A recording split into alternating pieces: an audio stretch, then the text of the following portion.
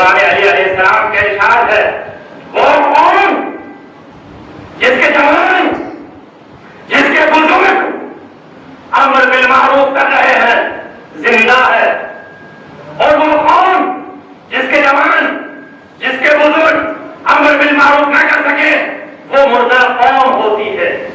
امر بالمعروف بہت ضروری ہے۔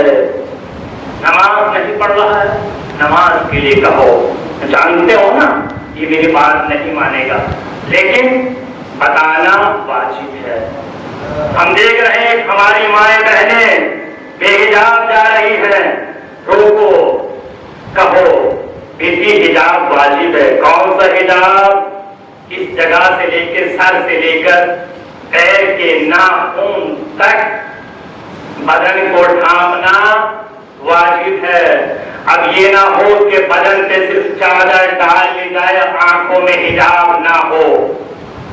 اب یہ نہ ہو بدن پہ صرف چادر ڈال لی، شرم و حیا نہ رہے۔ یہ ہماری قوم کی ذمہ داری ہے۔ جو ہم دیکھ رہے ہیں کہ حجاب ہمارے درمیان سے ختم ہو رہا ہے۔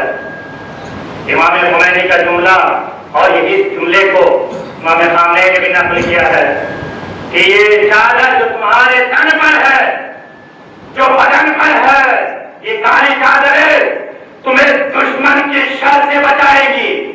جس بدن پہ کالی چادر ہوگی، شرم و حیا کے ساتھ دنیا کی کوئی طاقت، کوئی آنکھ اس پر اٹھ نہیں پائے گی کہ ہم اپنے آپ کو، اپنے معاشرے کو، اپنی قوم کو، اپنے بھائیوں کو، اپنی بہنوں کو دین کی طرف رغبت دلائیں، دین کی باتیں بتائیں۔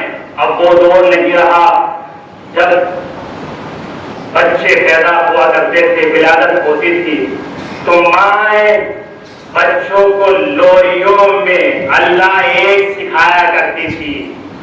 وہ دور نہیں رہا جب بچوں کو آغوش میں لا الہ الا اللہ کی صدا سنایا کرتی تھی۔ اب جب بچے کی ولادت ہوتی ہے، برتھ ڈے منایا جاتا ہے، میوزک کرایا جاتا ہے، گانے بجائے جاتے ہیں۔ جب گھر کا ماحول ایسا ہوگا تو آپ ان بچوں سے کیا ان سے توقع رکھیں گے؟ آپ ان سے کیا توقع رکھیں گے؟ آپ کے مرنے کے بعد کیا اثار ثواب کریں گے آپ کے لیے؟